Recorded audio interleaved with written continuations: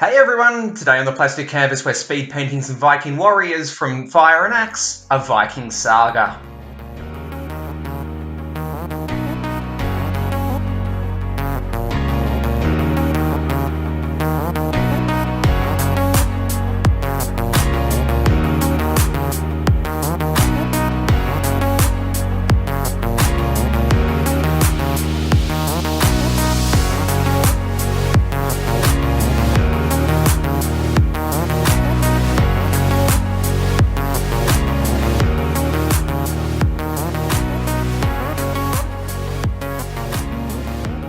Hey everyone, Matt here from the Plastic Canvas, so welcome to the first video in this Fire and Axe painting series.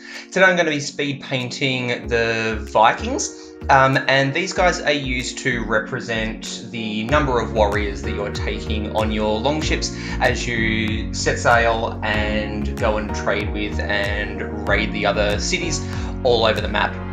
Now they come in three different forms. There's the brawler guy with the axe and shield, then there's a slimmer guy with his bow and arrow and shield on his back, and then the girl with her spear and shield. And then there's the 5 different colours they come in as well. So there's the 5 colours that players can choose from to play the game. So black, yellow, and then red, blue, and green. And just in the interest of time, I'm just going to be painting the red, blue, and green ones today. And I think by the time that I've shown you how I'd go about painting them, you've got an idea of what to do with the black and yellow ones. So I'm doing 3 minis for each colour, 3 colours altogether, so there's 9 minis that I'm going to be doing in this video. Now just quickly to mention it while it's up on the screen, the first step that I did was I primed each of the minis, and to do that I did a semi-zenithal prime. So I just used grey, hit the whole mini with grey, and then hit it from directly above with white. And the idea of that is not so much to give me a reference for highlighting, because I do very minimal highlighting, but just to work in some level of pre-shading. So when the paint goes on the higher part of the mini, that lighter colour comes through and it gives a bit of a sense of light hitting the top of the mini rather than the bottom, so just some free shading going on there. Now when you hear people talking about speed painting, people mean different things when they use that term. Some people use it when just referring to purely painting as fast as possible to get minis done as quickly as possible, and that comes at the expense of the quality of the paint or the paint job. When I'm talking about speed painting, what I'm meaning is putting certain processes and techniques in place to paint as efficiently as possible to paint to a desired level of quality. So in this game, being that the 5 different colours that the minis come in, I haven't counted, but there'd be about 10 or 12 I suppose of each. So you're looking at probably somewhere around about 50 to 60 minis, and if you were going to spend even just an hour on each one, that's going to be 50 hours.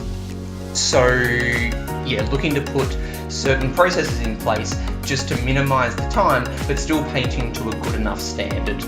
So yeah, when I'm talking about speed painting, that's what I'm referring to. So there's a couple of really simple things that I put in place to make sure that I painted these guys as quick as possible while still keeping that level of quality. And the first was just keeping a minimal number of paints on my palette, because obviously the more paints that you're using, the more that you're chopping and changing between them, washing out your brush or changing brushes, whatever it is that you're doing, and that just adds time. So I kept to really sort of 3 core colours.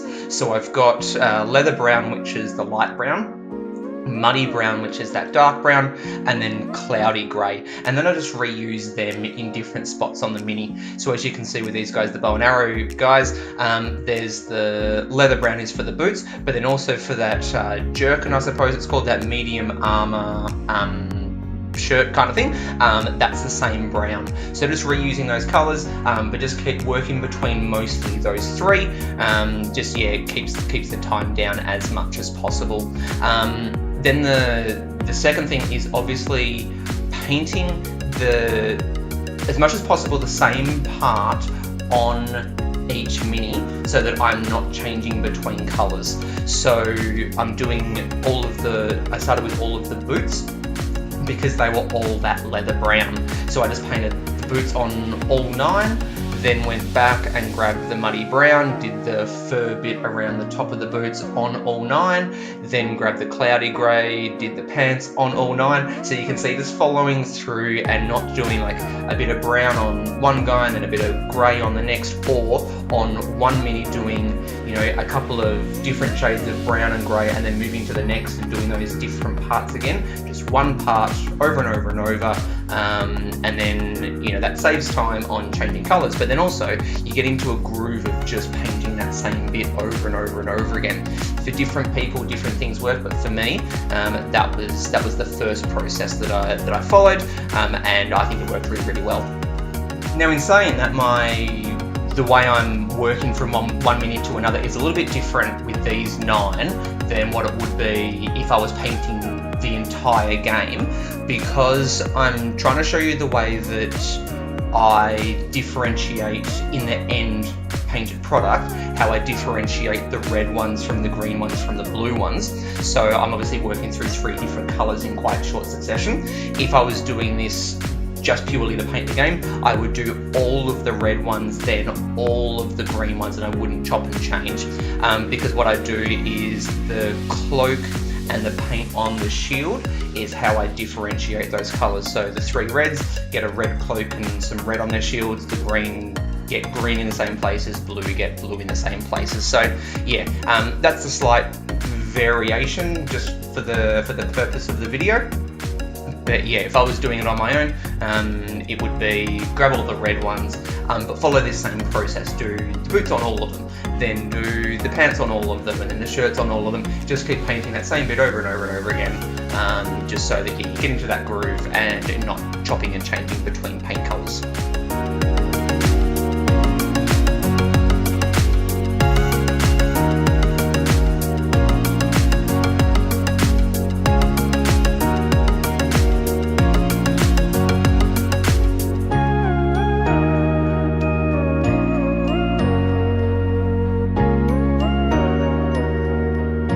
Another thing that I think is really important when speed painting is having a really, really clear idea before you even actually start painting is what colour every part of the mini is going to be and what order you're actually going to paint the mini in. Because as you can see at the moment, as I'm painting these 2 sculpts, where the arm that's holding the shield, I'm just sort of slopping the that leather brown paint on the arm, because I know I'm going to come back later with the dark brown to paint the shield, and then I can paint that up against the edge of the arm. But because I know I'm going to paint it in that order, I'm not spending the time trying to be really super accurate with painting the arm. It's okay to slop it around because that's going to get covered up. The other thing is that 2 of these 3 sculpts have that chainmail armor on. So the guy with the shield and the axe and the girl with the spear, they both have the chainmail on, whereas the guy with the bow and arrow, he's got that sort of leather jerkin on. So while I started painting all 3 side by side, I've then deviated at a point where I then paint that chainmail. But again, because I knew ahead of time what colour each part was going to be, I knew when I could paint all 3 together, but then I knew when I needed to split those 2 away and start painting them side by side, and the guy with the bow and arrow, you know, paint the 3 colours of him next to each other, just to make sure that I'm still following that paint the same part of each mini at the same time. But I needed to split the bow and arrow guy away from the dude with the axe and the shield and the girl with the spear.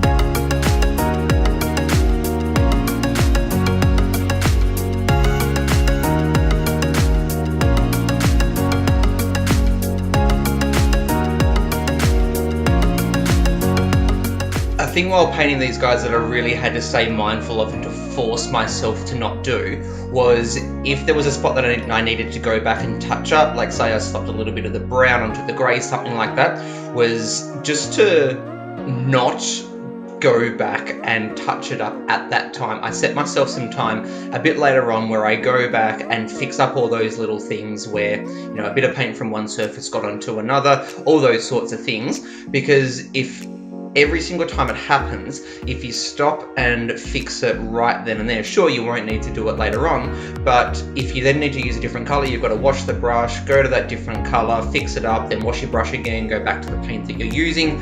And especially if you don't have that color that you need to touch up with ready to go, you need to put it on your palette, it just adds so much time. So if you can just stay conscious of that, just stop yourself from touching up those little things, and then just giving yourself that time at the end to go back, touch all those bits up, and you will see me do that later on, and I will come back in and mention it. But yeah, that just saves a lot of time. But just being okay with that part's not perfect, but I will fix it up later on. Just keep on moving with the colors that you're using, just keep on pushing forward. And yeah, same thing as just, you know, painting the same part of each mini over and over and over again. It's all about efficiency, and if you're chopping and changing between too many different things, it's going to slow you down. And that was something that I really had to stay mindful of. And a couple of times I did stop and fix some things up, and I had to just stop, no, keep moving, come back and do that later on.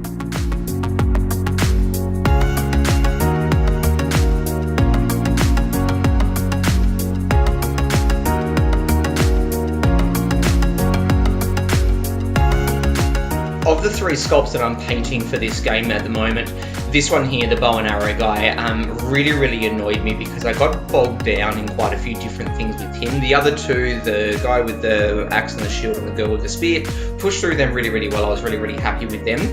But as you can see here, I've just finished doing it there with this guy.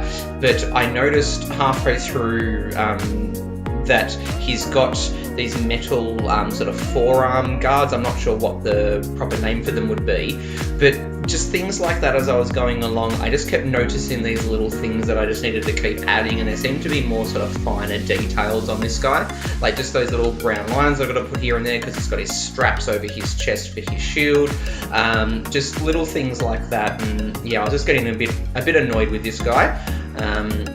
I probably maybe went a little bit too far with some of the detail in him. I think I end up, when I first started painting these, I was aiming for about 20 minutes per mini, with all 9 minis that would end up being about 3 hours. That's including the basing that I do a bit later on. I ended up being at about 23-24 minutes including the base, and this guy here took up a big part of that time. Without this guy, I reckon I would have been under 20 minutes for the other ones. So yeah, partly my fault in that I didn't probably look over it closely enough to get a really good idea of all the little parts. But yeah, it's a sort of part of the nature of the game. Lots of little details on this guy. Not really sort of any way to work around it. But I do think it is a really good example of the impact that a mini can have on how well you can actually speed paint it. You know, I chose this game to speed paint because of the number of minis, and that it just with the detail that is in them, it's not worth spending the time to really sort of properly do a full-on job. But yeah, you do still really need to have a clear idea of how everything's going to be painted, so you don't get halfway through and then you start realizing these other things that you need to do, and then all of a sudden you're losing time because now you're chopping and changing.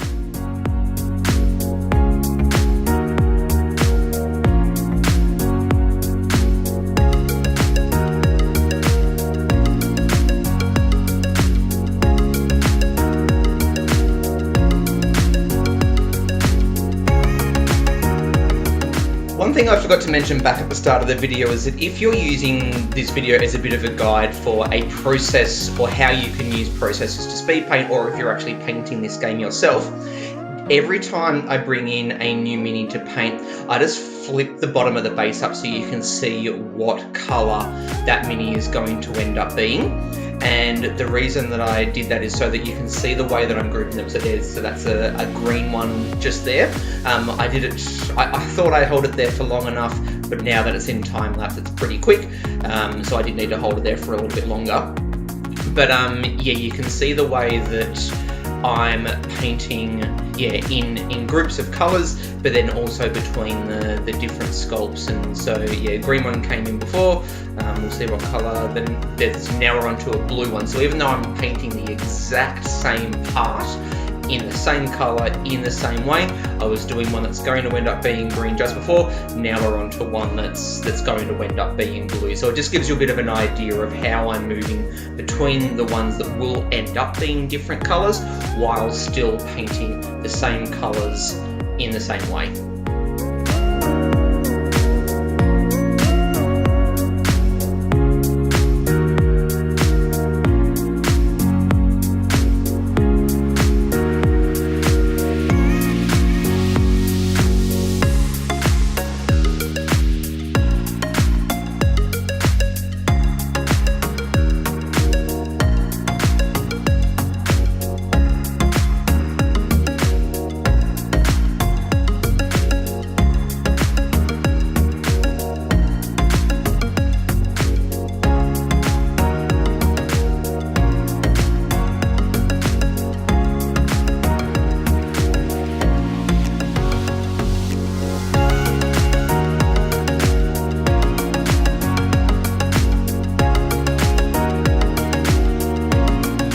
With this game, because they're all part of different colour groups, so you know, 3 of them are going to end up being red, 3 of them are blue, 3 of them are green, it was really easy for me to make decisions about how to paint different sections of the mini. So as you can see, as I was painting the hair just then, I just used the exact same colour for the hair on each of the 3 girls. Now that I'm doing the top of the quiver for the bow guy, it's red as well. And I'm doing that red simply because I had some red left over from the hair.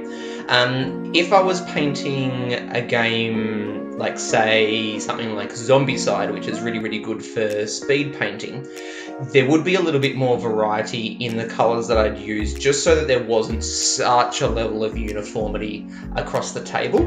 But because here the differentiation with the colour is going to be their shield and their cloak, everything else could be very uniform, because I knew that on the board there's going to be lots of different colours. But yeah, if I was painting a game where there wasn't going to be that sort of dictated variety because a certain part of it needed to be a particular colour to suit the army that it's in or whatever, yeah, there would be a bit of variety in the colour of the shirts and things like that. That would then dictate the way that I would go about painting. So if you said, right, I'm going to do X amount with red t-shirts, X amount with blue t-shirts, X amount with green pants, whatever, you would group them together and then paint all of the red shirts, all of the green shirts, whatever. But here it's fine to just stick to doing the same part on each mini in the same colour, because then at the end, it's the cloak and the shield that are going to differentiate them.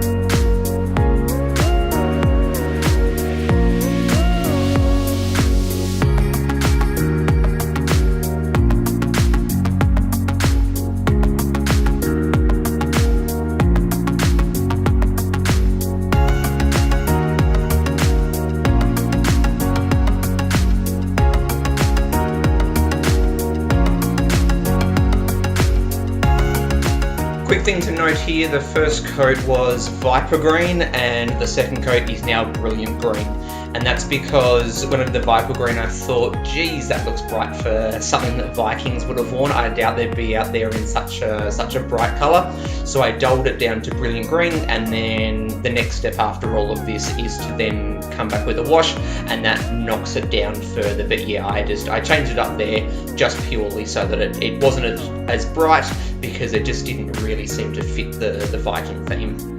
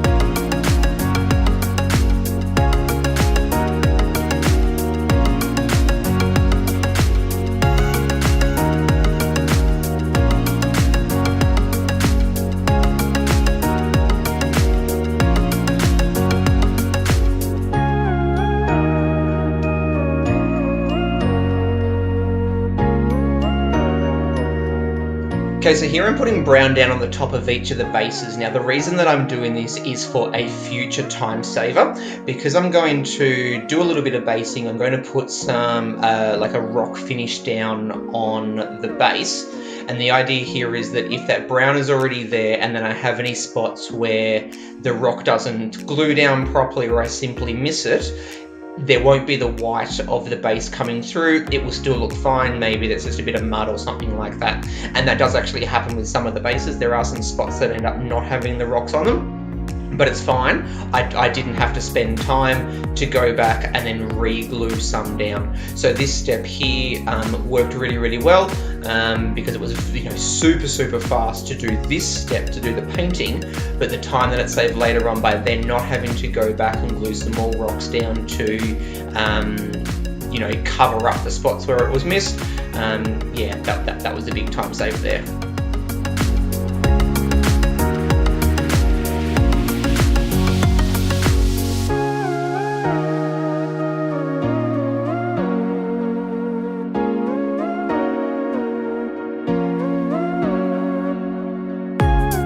And we're up to a speed painter's best friend, all of the washes. So yeah, this is just free shading right here. I do absolutely no highlighting on any of these because it just simply isn't worth spending the time.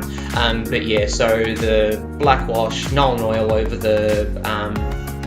over all of the metal parts. And I think the axe of that bigger guy is such a good example of how well these washes work in a situation like this. Flows right into the recesses and just brings out those details, and it literally takes like 5 seconds to put a wash on the axe. Here I'm just going back and doing the metal on the shields because I just totally missed it and just forgot to go back and do it. So yeah, going back and touching that up. But yeah, washes, once you've done your base coat, yeah, such a good way to finish off the mini. Just adds that depth and definition that they just lack when they've just simply had the base coat, and it's really, really quick to do. But yeah, I don't go and actually do any highlighting. You'll see I tried to do a little bit of dry brushing at one point, and it wasn't coming up well, so I totally scrapped it. So from this point on, it's just washes.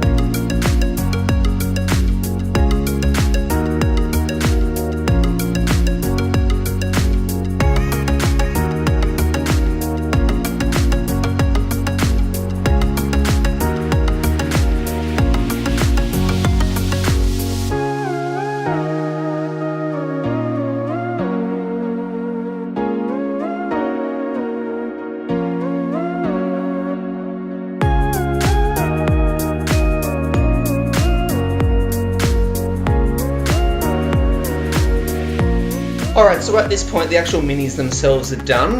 You can see I just finished off with the wash, no highlighting, finished them off quite nicely.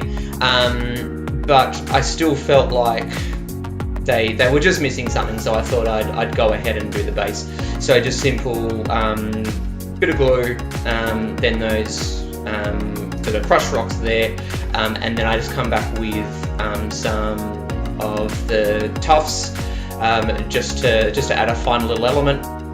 And I think this was actually ended up being a really, really worthwhile step. You could have this definitely as an optional step. This is not, necessary time to spend, but I think for the amount of time that did go into it, and we're talking like, it's 20 to 30 seconds for each of them. It's in terms of time, such a small part of the job, but I think it really, really just finishes them off. And, the paint quality is obviously not up to what I would do for a proper mini that I wasn't speed painting, and I think this just lifts it to the point where that quality really, really doesn't matter, and when these go on the board they look really, really good having that base there. So I do definitely recommend it. It's obviously not necessary and it does add a touch of time, but yeah, it was 30 seconds top to wax some glue on, put them in the rocks, and then I'll come back after putting the rim on there and gluing those tufts down. But yeah, definitely in my opinion a worthwhile step.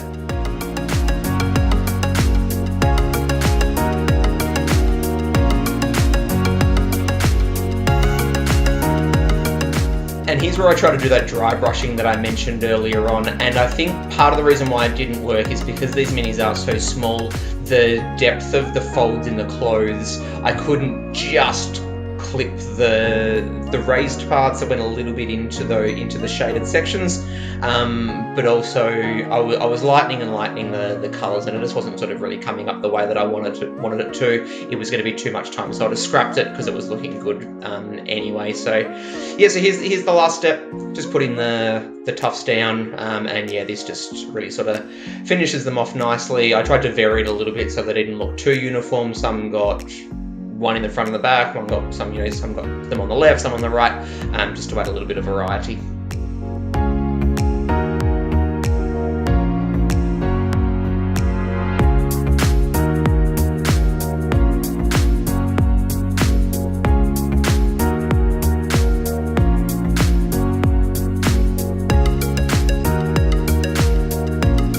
Alright, so these are the last few minis to be done, and then all of these guys are finished. So initially I aimed for about 20 minutes per mini, ended up at about 23. Part of that was because of the basing, but I do think it was a worthwhile step, and I'm really, really happy with how these guys look out on the table.